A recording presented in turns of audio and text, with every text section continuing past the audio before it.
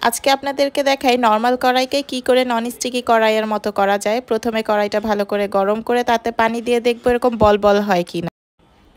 তারপরে অল্প একটু তেল দিয়ে সেই তেলটা সারা কড়াইয়ে ছড়িয়ে দিব এরকমভাবে। তারপরে এই তেলটি গরম হওয়ার জন্য আমরা অপেক্ষা করব কিছুক্ষণ।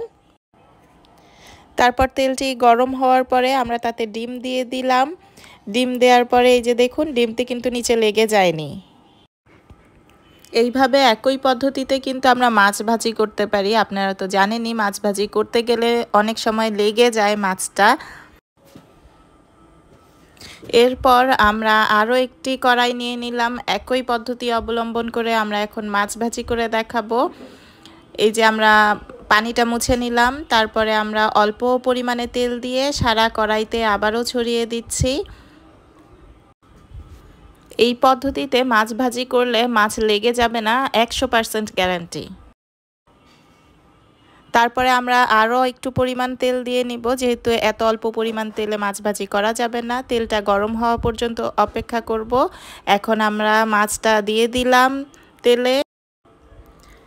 দেখুন মাছ কিন্তু লেগে যাচ্ছে না। মাছ দেওয়ার কিছুক্ষণ পরেই উল্টে দিলাম। এই পাশটা দেখুন একটুও লাগেনি।